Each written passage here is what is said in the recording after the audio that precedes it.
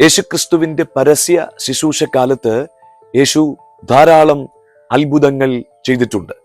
അപ്പോൾ തന്നെ അത്ഭുതം നടന്ന സ്ഥലം എവിടെ വെച്ചായിരുന്നു?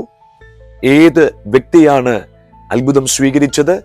എത്ര വർഷം പഴക്കമുള്ള രോഗമാണ് അവരിൽ നിന്ന് വിട്ടുമാറിയത് എന്നൊക്കെ വേദപുസ്തകം വളരെ കൃത്യതയോടെ രേഖപ്പെടുത്തുന്നുണ്ട്.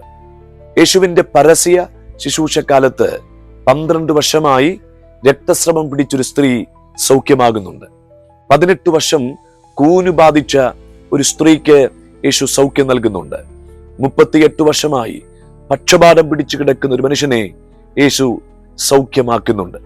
അപ്പോൾ 12 വർഷമായി, 18 വർഷമായി, 38 വർഷമായി പഴക്കമുള്ള രോഗങ്ങളെ യേശു സൗഖ്യമാക്കിയെങ്കിൽ ഈ ദിവസങ്ങളിൽ നിങ്ങൾ അനുഭവിക്കുന്ന വിഷയത്തിന്റെ കാലപ്പഴക്കം എത്ര തന്നെയാണോ, ആ വിഷയങ്ങളെ മുഴുവൻ പരിഹരിക്കാൻ, ഒരു മറുപടിയായി നിങ്ങൾ എഴുന്നേൽപ്പിക്കാൻ ദൈവത്തിന് കഴിയും.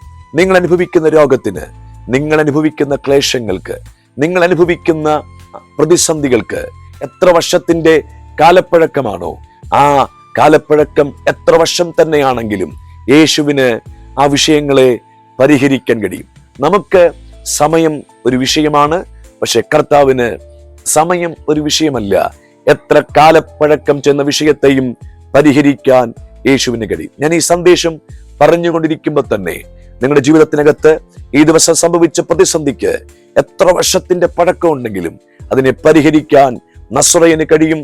ഈ വചനങ്ങളാൽ കർത്താവ് നമ്മെ സഹായിക്കട്ടെ. ആമേൻ.